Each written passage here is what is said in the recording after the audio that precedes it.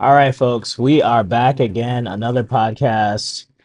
Professor IllWill X Tyler Wellness, and we're Yo, back on the yo. pod. And we're back on the podcast, man.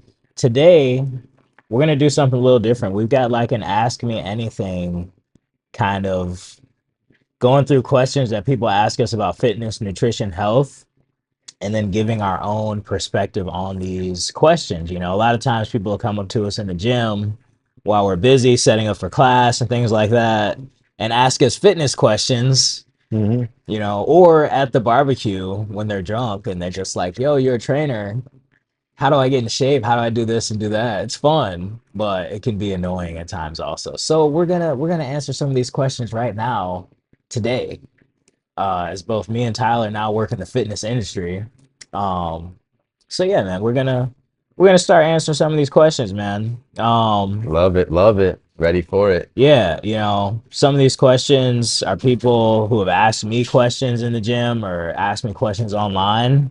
Um, so yeah, we're just gonna get into it, man. First question: what are your recommendations on stretching following a workout? Stretching following the workout. Oh yeah. So you always need a cool down phase, right? And so you've just worked the muscle. You've probably done a whole lot of things, either overloading the volume and building the strength. So you definitely need to cool it down and stretch it out. I would recommend doing a little, basically like the same type of motions that you just worked into. You want to have some stagnant holds. You want to also just like kind of work the full range of that motion of that muscle. A couple reps, holding as we breathe into that stretch, exhale out that stretch, and that's about it. But I would say it's super important, especially as you are breaking down your muscles and you're rebuilding it. You don't want to keep it like, if you continue that process, it's going to be like that David Goggins chapter when he was talking about how all that work he did, then he was laying in bed and had like massive cramps and had to like literally like pry his leg back open, like because he was just overworked to that point. You can avoid all those things by stretching and properly hydrating. Right. Yeah, that's a good point. To add into that, everybody's got a different perspective about it. I definitely feel like stretching after workout is like necessary.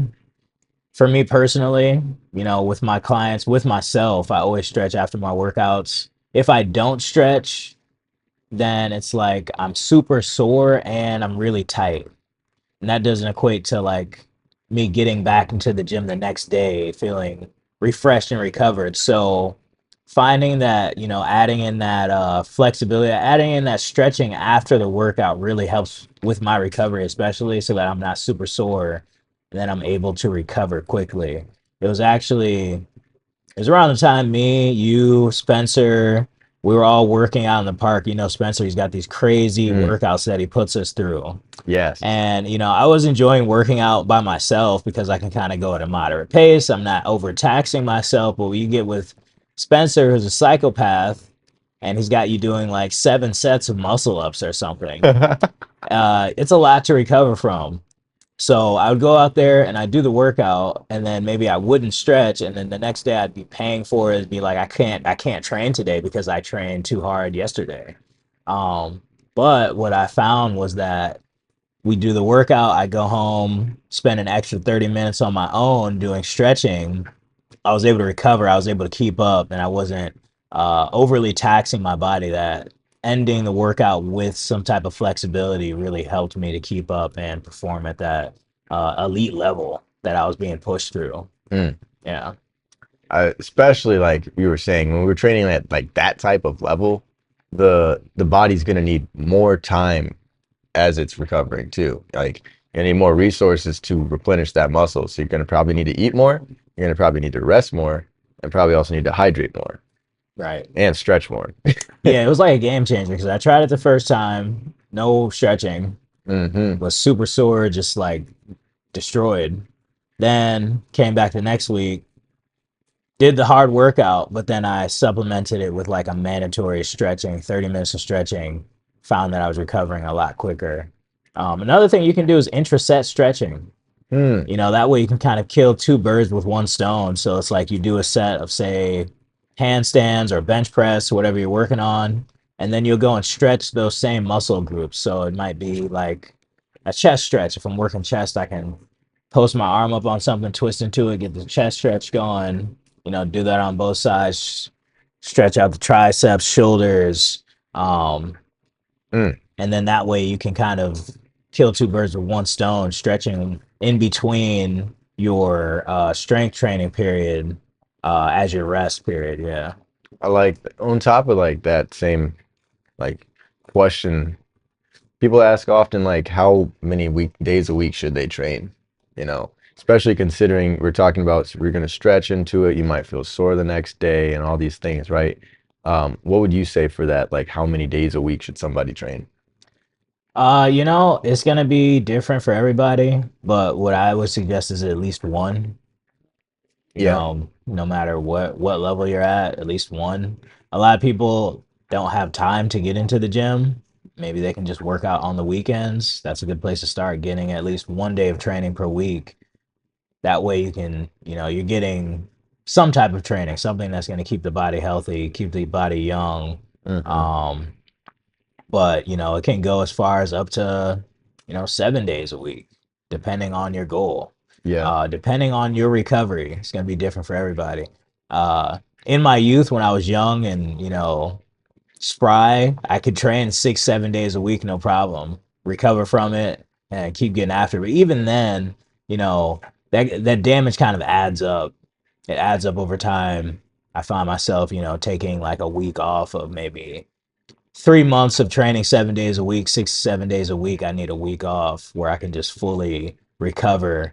uh we'd call that like a deloading phase, where you're kind of not working out as much, or maybe dropping the resistance levels, maybe a little bit of a lighter workout. Mm. um but yeah, I would say don't overdo it, especially if you're new to fitness. Start with 1 day, start with 2 days, kind of Oh work yeah. your way into it. If you can get a good solid 3 day split, I think that's pretty solid. That's also a good place to start. Um, Start building that consistency, start building that habit. And then from there, you can start to introduce, 4 days a week, 5 days a week. For me, it was like Monday, Wednesday, Friday. I made a rule to myself after work or even before work. I'm going to go and train because it's Monday. Mm. And oh, Wednesday comes, have to do training. Friday comes, no matter what, have to do training. If I miss it, got to make it up. But I would try to stick to that. And then I found myself getting super consistent with that. And then I start adding in, okay, Saturday morning workout, maybe Sunday. Now we're up to 5 days a week, you know. Absolutely. So, I like how you showed the progression, and it made me think about how I had a couple summers ago, when I'd like fallen off even some fitness, and then I was like, all right, how do I get right back into it? And I had these, I made a video series about it one time too. I was like, you have to create an accountability device. That accountability device at the time was a pair of shoes. If I put these shoes on, I have to go for a run. mm, So now, a certain time frame, I see those shoes.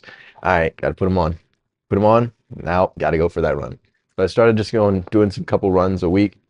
And then from there, it's like, all right, I felt good about that. And then let's get back into the gym. But like just starting a habit and having a device that means something. And then also got the smartwatch, right? It tells you, hey, you're not doing your standing. Hey, you could be hitting your fit goals right now. Hey, you're normally by this time, you have X calories burned. There's still time. So it's stuff like that. And then it's like, all right, now it's like a game. So I got these reminders, these accountability devices, keeping me on track.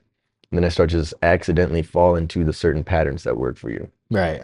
Yeah, you made some good points there. That was another thing that I would do early in my routine. It'd be like, all right, maybe I was working out, it was Monday and I got off of work and now it's time to go to the gym, but I have to go home to grab my gym clothes and then I'm going to go to the gym. And then by the time I get home, maybe I eat a little bit, maybe I start getting lazy and tired, and then I'm like, you know what, I'm not going to go to the gym now because I'm at home and it's cold outside. Mm, So we're going to skip Monday's training session, and then you end up missing a training day. So what I found was like, all right, before I go to work, how about I bring my gym clothes with me? So that way there's not an excuse when I get home because I have to go and grab my gym clothes. mm, And now I can just go straight to the gym from work, no questions, no if and buts about it. absolutely. So setting up yourself for success, creating that environment for success. For me now, it's like I wake up and then I just immediately jump into something that I can train in Mm, and start training. My base layers like compression shorts. Now I can start working out yep. uh right away. Absolutely, yeah. Like right up, like you can start your mobility or anything, and also having in your mind a bunch of things that you can do right away too, as soon as you wake up. 'Cause you can probably start with like you have the standing treadmill you could do. You Yeah, have the ability to stretch. You maybe do some yoga. Um, so having like avenues depending on how you're feeling. Maybe someday you're not feeling like going for your morning run. You might just go for a morning walk or like just a stretch or whatever, but like having different like fallbacks if you don't do your base one. exactly. Yep. Another question here. Rest days, do you take total rest or still do some cardio? Hmm. It I'd say it definitely depends because some days it just depends on like how I'm feeling on that rest day. Is this rest day like super needed? Like some days, like we were talking one of the weeks, you'll feel sore. Like if I'm really feeling sore, it's more or less maybe I'll just have a stretching active type rest day. I'll do some stretching. I might still go and be active for me, which is walking around, going and doing different meetings and stuff. So I'm always on my feet, but I might not go to the gym and like do my full body workout. Um, Cardio, maybe I might go for a walk or jog or bike ride, but also I might not. Might not more than often. But yeah, what about you? Yeah, so rest days for me, um, I typically don't plan rest days. And like on a rest day for me, it's like an hour of active mobility or an hour of relaxed flexibility. That's my rest day. Hmm. Um, and that's like a planned rest day kind of. Yeah. Um, Unplanned rest days do happen for me where it's like, all right, I didn't have time to do that flexibility for an hour, and then I'm just resting. That's typically like, Saturday, Sunday more. Um, but even in the event that I don't do some like weight training or something intense or teach a class, uh, I still do like active stuff. Like I do a 30-minute active mobility training session as soon as I wake up every day. And then that's already like a workout. And Hmm. then before that, I do 10 minutes of cardio walking on the treadmill. And then there's cardio training happening every single day, mobility happening every single day. It's rare that I don't do any exercise at all, and I guess I could say that's a complete rest day. Those are nice too. They happen every once in a while, every couple weeks maybe, where it's just like, all right, didn't do any exercising today. Complete rest. Maybe I was walking around, and maybe I was just relaxing. Um, and it's refreshing, you know, Mm-hmm. and it's a nice day. Sometimes even the 30 minutes of mobility that I do adds up every single day. I take that rest day and then I come back into it. I'm finding that I'm getting better results or it just feels better. I'm getting more out of the stretches that I am doing when I come back into it. Oh yeah, Yeah. that's good. That's um reminds me a little bit of another question people were asking, like how long does it typically take when they're, getting started to start seeing results from like working out? And like we're talking, we got the rest days and we're creating our workout routines and periods and things like that, and how having our either planned or unplanned rest days. And even for me, I'll say a lot of the rest days are more like, say, the in between my training a group day is like whatever I get in for myself. So I might just do a light load, way lighter than a class. Like you're teaching, like doing some crazy stuff. The classes are low key a workout for the Yeah, instructor. yeah, they are. If you do it It's a like, workout with ooh, the instructor. It's that's kind of a space that I'm kind of having a hard time checking off that box where it's like, all right, I didn't do my planned workout today, but I taught like 3 fitness classes. Can I count that as a workout? mm, And it's like, yeah, I was active and working out, sweating and stuff, but it's like it's not my workout. So a Mm. lot of times I don't track that unless it's like, all right, I'm exhausted. I Yeah. worked out and I'm sore. I worked out. I check it off, you know. So Mm. sometimes that's what my workout looks like. Yeah. I mean, that's a curious or interesting spot because I look at it as in the beginning, it was trying to balance and do both because it's crazy. You're like, oh yeah, I can definitely do my workouts and also teach this class. But lately, it's for my approach to it, it's been more adapting the class to be part of my goal. Mhm. So when you're working out in the class with me, you're getting a part of my workout too. And now we're doing hot Pilates together. And now we're doing a ride together. We're getting our cardio in. I'm getting my 14 miles. You might get 10, but we're still getting our miles in. We're getting it. So like I I start to incorporate like how I would work out, which is backed by like full body science. So it's like functional movements the right way, and also now even re-going through a lot of like the personal training videos, just making sure it's all mm, backed by this is how the ATP is activating type, you know.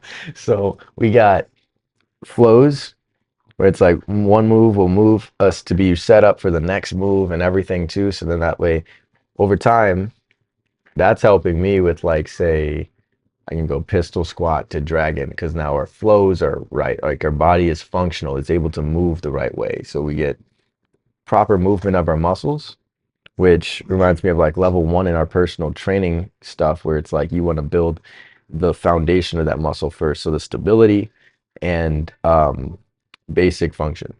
So then from there, you'll start actually developing more muscle over time. But start off in that and we add on levels as we go. So for me, when I'm making these programs, it's part of my routine now. Mhm.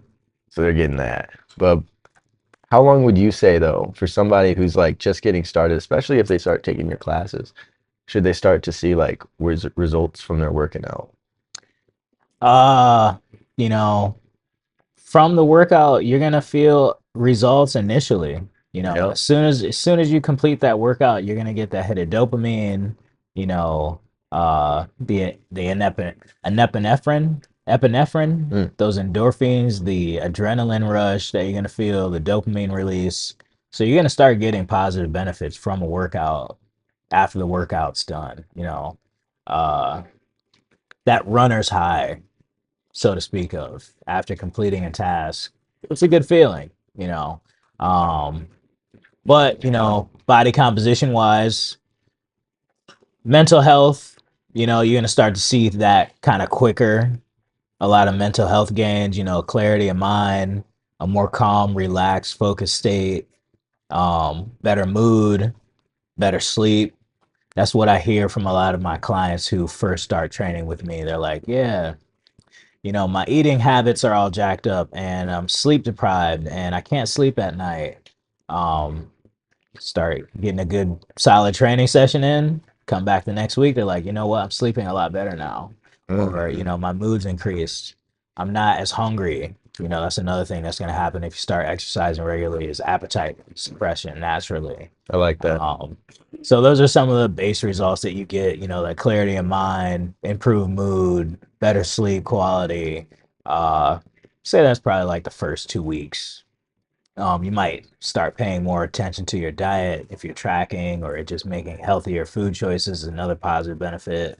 The gym kind of supports nutrition, and then the nutrition supports your gym performance. Hmm. You go to the gym and you work out, you've been working out consistently. You're like, you know what? I don't think I want to eat that fried chicken and those donuts. I want to feed my body something healthy now because I've just put in this work. What's the point of wasting all this progress by eating a bunch of junk food? So it's kind of lead to another, getting that workout in. And then, the nutrition pushes you to go work out. If you're eating that healthy food and you have the energy now, you have the quality fuel that your body needs in order to perform at a high level, you know. Hmm. Um, and then you start to consciously think, okay, I want to eat healthy so that I have good energy for tomorrow's workout. Um, But body composition wise, I'd say probably you can do it. It depends. Everybody is different. Everybody's got different starting points. For me, if I really lock in, I can get good results in 2 weeks. But I'm Hmm. basically already kind of shredded and stuff Mm. and in good shape. Um, if I can imagine back to like my first stint of hard training, I'd say about a month. That's when I started noticing, more muscle mass, my waistline shrinking, all the other benefits prior to that in the first couple weeks with the sleep and the mood and the energy. Um, and then, yeah, I'd say anywhere from like 1 to 3 months. That's Oh when you yeah. start getting a lot of results, especially around a 3 month mark. Um, yeah, Yeah, yeah, absolutely. I definitely agree, and I'd also add on to just saying like there's those different phases of like where were they at? Where are they just getting started, fresh in the gym, newbie gains, like never touched a weight ever? It's still got the time frame. It's just like what are they gonna see different first? Like yeah, it's you're yeah, probably gonna feel like stronger. Like you're saying, like their appetites change and then they're gonna feel different first, and then they're gonna start like, dang, all right, like feeling like they're actually work what they're working. So I definitely agree with the time frame. Agree with the assessment of like how it works and progresses. Nothing really to add on there. newbie gains is real. If you're overweight and you have a super crap diet and then you start working out and clean up your diet, you could probably lose like 10 pounds in 2 weeks in a week. A Yeah. lot of it's going to be water weight. It takes a little time for the body to actually start to tap into fat stores to start to burn body fat. Hmm. Um, but weight loss is weight loss. So, Yeah. newbie gains is a thing. I remember when I first got in there to the gym, start seeing those results pretty quick, without a lot of diet modification, um, and intense tracking or anything like that. So, Hmm. yeah. I want to add on to that too, because you had mentioned how when someone goes from those newbie gains, like never having any of the access and then starting to now take those changes, just think about the concept like your body. If you didn't know anything about how you're eating food and the caloric usage, you have calories. Calories is nothing more than a word for energy. So now you have these energy units that you're consuming and just storing it in your body. Now, sugar is more energy as well. So you're consuming that with sugars and calories all in one, and you're not using them. You're not going to the gym. You're not going on extra runs. So you're just storehousing value of energy in your body. That energy turns into fat. So now over time, you're just storing energy, turns into fat. Your body hasn't tapped into it. So now we start to finally tap into that. So now your body uses it, it's burning it. It's using that fat and that stored sugar as fuel for your workouts. You're gonna feel like trash. You're gonna feel bad when you're starting that process because you're like, dang, I've never tapped into this before. I'm fatigued, tired, overweight, whatever you may be. But now your body's starting to burn a different fuel source. Once it does and taps into it enough and you're eating right, you get all of that change in that very beginning phase. And that's those newbie gains. No. So I don't know if you have any other like frequently asked questions as of lately that you've received. I know that personally myself, I'm a natural, um, you know, all fully natural. I don't do any like, heck, I don't even take Tylenol, you know, type. So Ibuprofen. yeah, I don't even do that. Yeah, no ibuprofen, nothing. So got a headache, drink water. Like, um, but what do you think of people that, or like, do you have any thoughts of people if they should try or experiment with non-natural states, or I guess what would you even call it? Like obviously steroids are part of it, but like there's a whole industry. I see like a rise of people talking about like taking TRT and stuff, and I'm like, you haven't even tapped into your body. Like we'll see like content creators and like Cali and stuff, and like they're teenagers, they're young, and they're trying to hop on like cycles. It's like, come on. Yeah, I think it's completely unnecessary, guys. Uh, the bodybuilding community is kind of toxic in that sense. I think I was watching a documentary about this guy who got on gear and there's just this big thing to get big. Everybody wants to get big. I guess I get it, but I kind of don't also because Yeah. that's not really my ideal physique. I'm not really aiming for that big bodybuilding physique. I don't feel like I'd be very comfortable in my body like that. Hmm. Uh, you think about it, you want your clothes to like look nice on you. You want your body to look nice, but then you want to look nice in those clothes also. And if you Yeah. have like a super overly developed frame, it kind of makes you look like a big baby. Like, you know, like he's very wide and it Yeah. kind of looks like body fat a lot of times. It doesn't look like a fit, active, like a tennis player or like a sprinter or a basketball player, Yeah. anything that you need Gymnast. natural. Or, yeah, calisthenics or, you know, uh, this anime physique that I'm aiming for is not going to be found in like the bodybuilding and taking a lot of things like to produce testosterone unnaturally. Yeah. Um, but I get it. If you're a super skinny guy and you want to build some muscle mass, that's you want to do that. You want to build some muscle mass, and I get it. Because you don't want to die skinny, bro. you know, bird chest is not good. Being super skinny and looking like sickly. So I would suggest you take the natural amount, a natural approach. You want to avoid the steroids and things like it's very expensive. The documentary I was watching was like this guy, he was like it was almost like a drug addiction that he had to go and get this hit of testosterone that he was injecting, Mm. and it would give him like a dopamine high and his confidence would be really high, and then if he didn't have it, it was like he wanted to create havoc. Wow. And your mood's not stable. A lot of these things, like hormones, that you don't want to be playing with these things, uh, taking exogenous substances. You want to try to create this naturally. Your body naturally produces testosterone. The key is figuring out how to max that out naturally. Um, and then if you say, hey, my hormones are optimized, I go and I check my testosterone levels at the doctors. They're saying it's really good. Um, everything's I'm doing what I'm supposed to do, sleeping good, eating the proper foods. Uh, then I can say, okay, if you still haven't reached your goal and you want more muscle mass, then maybe steroids. Maybe that's what you do.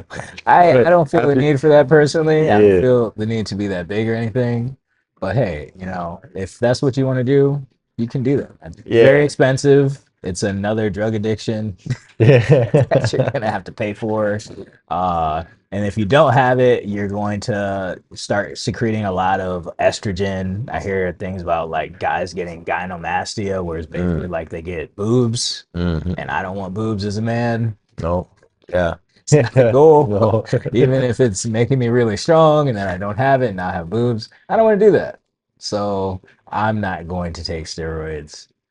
Even like TRT, maybe when I'm getting older or something, I see that's popular. TRT, Mm. testosterone replacement therapy for men past 40, because testosterone is, it's an important thing. But I think even then, I've seen a lot of older people who are natural and they're in optimal health. Ah, You know, yeah. Absolutely. longevity. You want to think about longevity too, though. Taking steroids, a lot of the bodybuilding community, they die early Mm. because they're taking testosterone or injections, whatever stuff, and it's enlarging their hearts. It's playing with their reproductive issues, reproductive systems. It's just too much to get into. I actually had a supplement brand. They reached out to me like maybe a summer or two ago. Oh, They were yeah. like, "Hey, we have a product we'd like you to try." It was like some type of testosterone precursor, but it was an injectable precursor, I believe. Oh, And they were like, "Hey, if you take the stuff and then shoot an ad for us, saying that you take it and use it, we'll pay you." I was like, "Man, that's pretty deep." I don't want to play with any stuff like that. yeah. Yeah. Not injectable stuff. Even some stuff that's you can take orally, like supplements and stuff. Some of that stuff you kind of want to be careful of. But if you're, there's some pretty good stuff if you're trying to pursue even the natural route that will boost your muscle mass pretty significantly. I was playing around with some of it. Hmm. Um, I believe one's called HMB. HMB. HMB. Something about it, it helps produce more protein synthesis. More nitrogen is produced inside the body, which allows for more protein synthesis, which allows you to store and build muscle mass faster. Mm. I was taking it back in 2020. It was helping me build more muscle mass, and it was helping me get leaner. Oh. And it was natural. I actually had to chill out on it because I was like, you know what? I think I'm getting too big off of this stuff, dude. Oh, really? Yeah. Yeah. Gosh. So I have a really good genetic potential for building muscle, though. So it's Yeah. not something that I really need to worry about. Hmm. But hey, if you're that skinny person out there who's trying to build muscle mass, try taking some HMB. Leucine, that's another good one. Isoleucine. I was experimenting with some of this stuff earlier on. Um, Isoleucine. Yep, leucine and isoleucine. Very similar protocol, how it reacts and kind of makes the body produce more nitrogen, which allows for more muscle, more protein synthesis, which builds Mm. more muscle mass. So leucine, isoleucine, HMB, you could take those, you'll start getting some gains. And of course, you need to be in a calorie surplus in order to gain muscle mass and bulk. Mm. But I'm not taking anything unnatural. Um, Not yet, at least. No, Yeah. no. Yeah, I'm not anything A unnatural. lot of that stuff's pretty expensive too, you know. Even peptides, some of the peptides is kind of like, I can inject my body with the stuff and it makes me younger and things Mm. like that. I mean, that sounds interesting. I probably would try it, but it's cost a lot of money too, man. Mm. I think I'll take the most cost-effective route for as long as I can, and maximize the results there. Mm. And then maybe, hey, I get a lot of money. We can try some peptide injections. It's not steroids, but you know, What exactly is the difference? that's a good question, Tyler. Steroids, they're gonna play more on the androgen receptors and the hormonal levels, I believe. Peptides are kind of naturally occurring substances that you're already getting in foods and things like that, and that the body already produces, Interesting. but Okay. you're introducing it exogenously. Like collagen's a peptide, Mm. and you're gonna get collagen in food, natural food products. Also, you can take it, supplement it. I think you can inject it also. Um, Interesting. yeah, I didn't know that. right. Well, interesting. Yeah, yeah, I definitely learned a little bit of new stuff there. And for myself, again, it's more just figured out the natural way for myself. I know growing up, I was more of like the skinnier dude, and I just started to go to the gym and heck, not just go to the gym. I tore my ACL, PCL, MCL, LCL, and meniscus. And then I had to, in that time frame, I could say had to, or I could just use my language differently and say I had the opportunity to then build muscle by having crutches and using those crutches, going up the hill to college. Like I'd go up and back down from the GRCC hill from 1 to Sneeden building sometimes, like instead of taking the bus, crutching up there, and then that one hill that they have on the main campus all through. So I built a lot of arm strength just by with my crutches. That was a lot of volume, and then from there started going to the gym and got more volume and started to really kill it. But it's the long game, and a lot of people they don't want to hear that, but yeah. it is a long game. Yeah, because like I was saying, a lot of bodybuilding community, they're dying like 40, 50. They're not in the greatest health in the latter portions of their life. Where if you take a natural approach, you can live a long, healthy life, still keep a decent amount of muscle mass. Um, there's no reason to keep up with the hype in the bodybuilding community. Yeah, Yeah. yeah, It's not a good look to me. I think it's not a good look. I think people generally think that. If you walking yeah. down the street and you see this guy is like huge, massive, you're like, man, that guy's a freak. So, I mean, I don't want to look like I want to be freaky, pause, and not look freaky. You know what I'm saying? There you go. I I can't want. be like, oh, I can do the pistol squat and do some cool stuff in handstands and flag, human flag, and look like Spider-Man. But, just look normal, kind of. Yeah, if an issue ever happens, you don't want someone's first response to be, "Yeah, let's just get the gun." Damn. That's like I'm just saying, like that's the memes I've heard. They're just like, "Yeah, all that muscle." And Yeah, so I want that to be their first response, seeing you just like, "Yeah, we're just gonna just take him out." Like, nah, like I just hidden potential. Like I'll wear, I look good, I can what I can do in the gym, but shoot. You ain't gonna just assume that. yeah, I'd rather, just kind of look kind of normal. Yeah, yeah, blend in with society Yeah. in it whenever I want to. He was even Arnold Schwarzenegger back when he was done doing his bodybuilding competitions and he had gotten to like doing movies. Mm. A lot of the movies they wouldn't accept him because they were like, "Oh, it's too much muscle mass. He won't fit the character." So they were telling him like, "Yeah, you need to cut like 20 pounds in order to fit into this role." So he'd be out there jogging to Oh lose all yeah, this muscle mass so that he could fit into the movie. dang, Yeah, that's makes sense. I mean, like you're supposed to play a realistic, like relatable it's a character. more aesthetic look. Something that's not too crazy. Yeah, I yeah. think that was for like Conan the Barbarian, where he's like a big muscle bound guy. It's God kind of dang. to look more hero worthy, Yeah. more aesthetically pleasing. It's interesting. Good chat on that one. Yeah, man. Hell yeah. Any other like common or frequent questions that you probably want to, hit them with real quick here?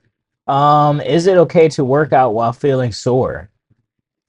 While feeling sore. Yeah. I mean, I'm not gonna say I have not done it, but I'm gonna say like I do it smart, right? Like I feel that when I know my body, so I know my soreness, my working out is more working into the body. It's like, all right, so I feel soreness here, like let's say chest, right? Am I get or, no, let's say biceps, because that would be like another like a connecting muscle where it's like you're doing chest press, you're gonna feel that muscle. You're doing pull-ups, you're gonna feel that muscle. So it's like a connecting, right? So if I'm feeling some pain in like a muscle that's pretty essential for every other type of movement, I'm going to more stretch it versus like work it. I'm not gonna do load and like put weight on. I'm gonna just more rep it in volume and go range of motion. And that's my switch versus trying to like let's see what I got. you know? Yeah. When it comes to muscle soreness, uh, if you are super sore and you're going into the gym and trying to perform like a max rep attempt, you're not going to be as strong. The soreness is going to be taking away from your strength because the muscle still needs to recover. So you're not going to be as strong on those days that you're super sore. Uh, but I would still suggest you to work out. It'd probably be something lighter though, like walking and stretching, Mm. as opposed to, a full on workout where it's like, all right, uh, maybe I did upper body, and now today's leg day. The very next day, maybe that could be. We'll just stick with that. Okay, I did arm day. I did upper body yesterday, and now the very next day, I'm supposed to go and do leg day, but my upper body's super sore.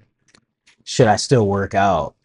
I would say do a lighter leg day, or maybe take a rest day in between and then come back and do the leg day. A lot of Hmm. these structured plans where it's like arms, legs, core, arms, legs, core. It's not giving the body enough time to actually recover. Mm. Good rule of thumb is like 48 hours. You want to have a hard training session every 48 hours. Oh yeah. So like once every 2 days, you can push and have a hard workout, give the body enough time to recover. And then in between that time, you can do some light cardio, light stretching, moving the muscles around, even going through the movements with a lighter weight. It's going to help the body recover by moving, stretching, doing something a bit lighter. So you can still work out, but I'd say keep it a bit lighter until the body can recover. Ah yeah. Absolutely. I like that. I think that goes over a lot of it because again, it's like you don't want to not work out entirely. You don't want to not put work in where it's like you miss that day and then your body atrophies back a little bit. It's like just knowing your body a little bit and like you said, a lot of people's workout splits, it's not allowing them the proper time for full recovery. So just also being aware of what is it that you're in the middle of working, where are you in your phase, and then working around, or like how I say, working into it. So, um, a big question for you. What is your most, like, I guess two questions at once. What's an underrated exercise that you think, or an exercise that you were like, man, people did this workout, it'd be amazing. So an underrated workout, and then an overrated workout or overrated exercise. So underrated workout, Yes. So both underrated or overrated exercise. underrated exercise, I would say is going to be like core compression. Core compression, really? Yeah, Oh yeah, underrated. core compression, because especially in like the calisthenics community, core compression and mobility is like the foundation. That's like what you need the most of in order to do a lot of the moves, Yeah. whether that's handstand, pistol squats. And you want to think of like core compression as the ability to like fold your body in half at the waist, Mm, completely sucking the belly button in, getting nice and narrow, and creating tension in between the quads and the stomach, quads and the chest, with strength, like you're pulling yourself together, not just like folding yourself in half, but like pulling yourself in half. hmm Nice. Um, I like that and a lot of explanation. that's going to be found, in core classes, in hot Pilates class, uh, Pilates. So, exercises like that, yoga is another similar one where you're going to get a bit of that forward folding, and compression strength, uh, leg lifts. So things like that. Oh, hell Core and yeah. core compression, underrated. There's from your core, you're gonna get a lot of stability and you're gonna get a lot of strength from your core. It's like the foundation of your body. Uh, with a strong core, you'll find a lot of other exercises to be very easy. Yes. Whereas your core is weak, you're not gonna be able to back squat as much. You're gonna be wobbly. Handstanding, the ability to balance, the core is not strong, you're not going to have that ability to balance. So I'd say core compression, core training, mobility, underrated.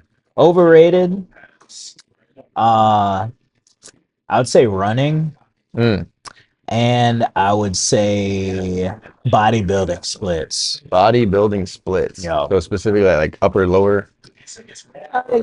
anything that's like the programs that they came out with bodybuilding programs.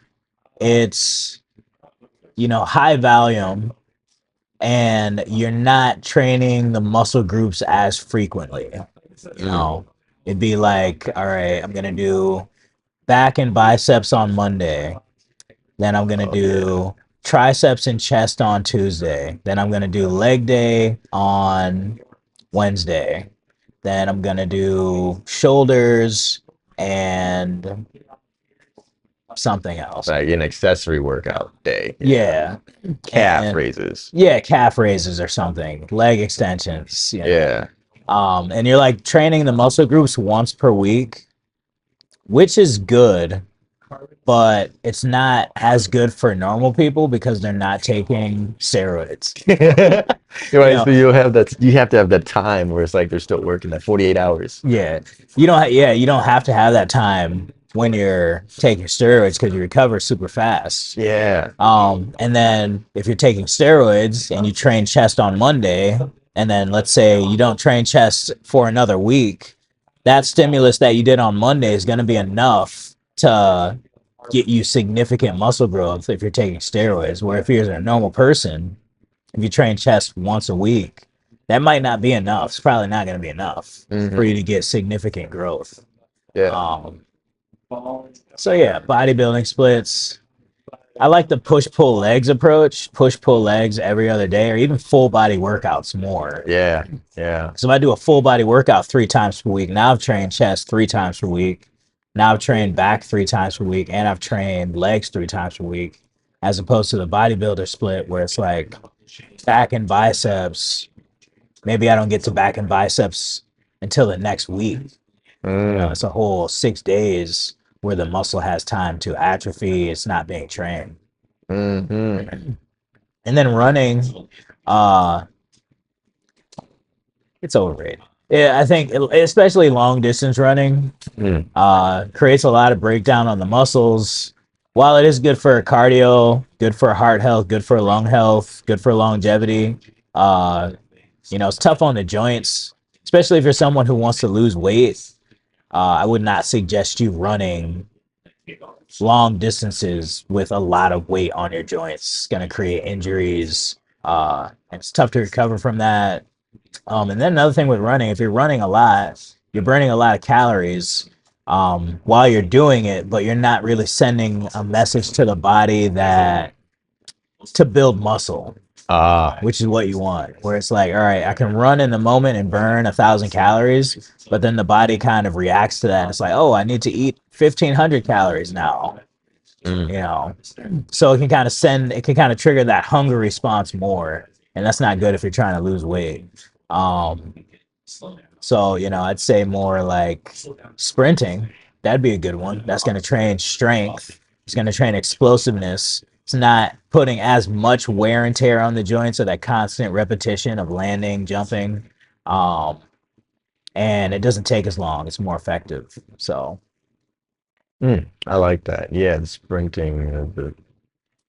That could also be like with like some explosive, like almost like a quick jumps or something like that. Just like some basic plyometric workouts. yeah, Yeah, yeah, nothing like that same basic, just getting your heart rate up, yeah. spurts of energy. Yeah. Yeah, that was something I was into a lot too, is like running. Thought that would get me lean.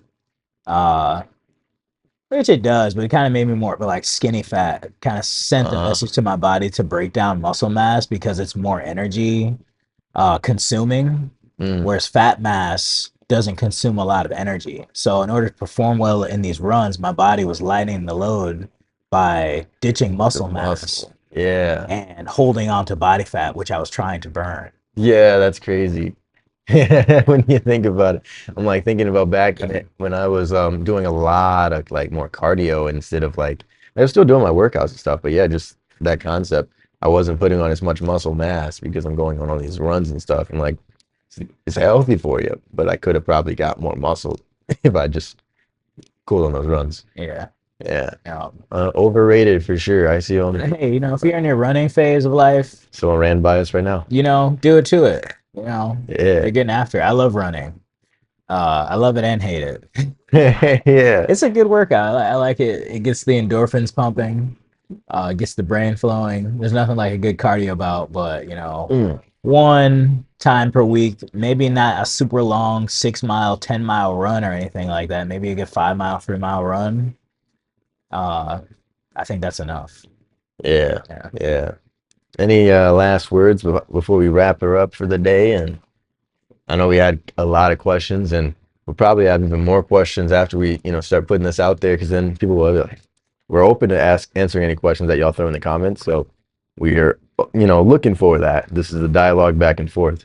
So after we put this video up, obviously there'll be more. Mhm. So do you have any like last minute things you want to leave the audience with? All I can say is, man, find something that works for you. Stay consistent. If you need help putting together a program, if you need help with accountability, you can reach out to me. Do online coaching. We'll help you guys get right for 2026 coming soon. Mm. But other than that, man, go out there, be the best version of yourself, and yeah, man. I like that a lot. Heck yeah. We all are going into this next new year strong. And with that, think about your goals, keep them at the forefront of your mind. And if the world of fitness or finance with crypto and stocks is in your future, hit us up. We got you. I got BYOB concepts. I can teach you how to become your own bank and storehouse all your wealth and build wealth for your family. Or we can teach you how to make your health a priority and get your muscles working for you, get your body right the way that you want it to be built, building your physique like our buddy Spencer, building physique. There we go. So, another great episode, another great chat, Yes. and a share.